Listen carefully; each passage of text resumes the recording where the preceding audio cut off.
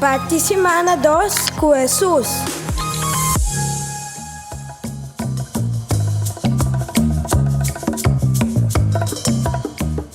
Nossa participação com Marcos 7, versículo 17 e 23.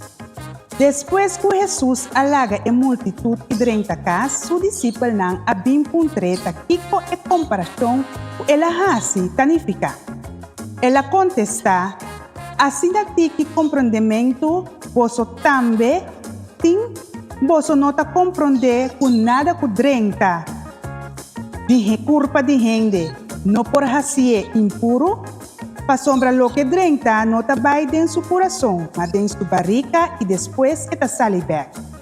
De maneira aqui, Jesus a declarar que toda comida está puro. Jesus a seguir bisa. Ta lo que ta sali for di uhende ta hasie impuro.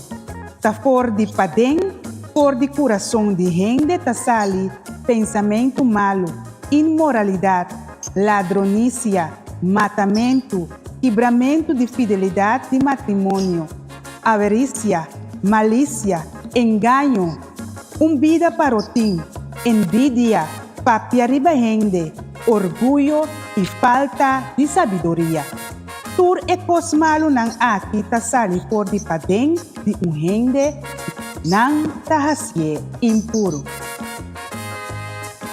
Mirumang bangsa minanos coração e com amor e bondade.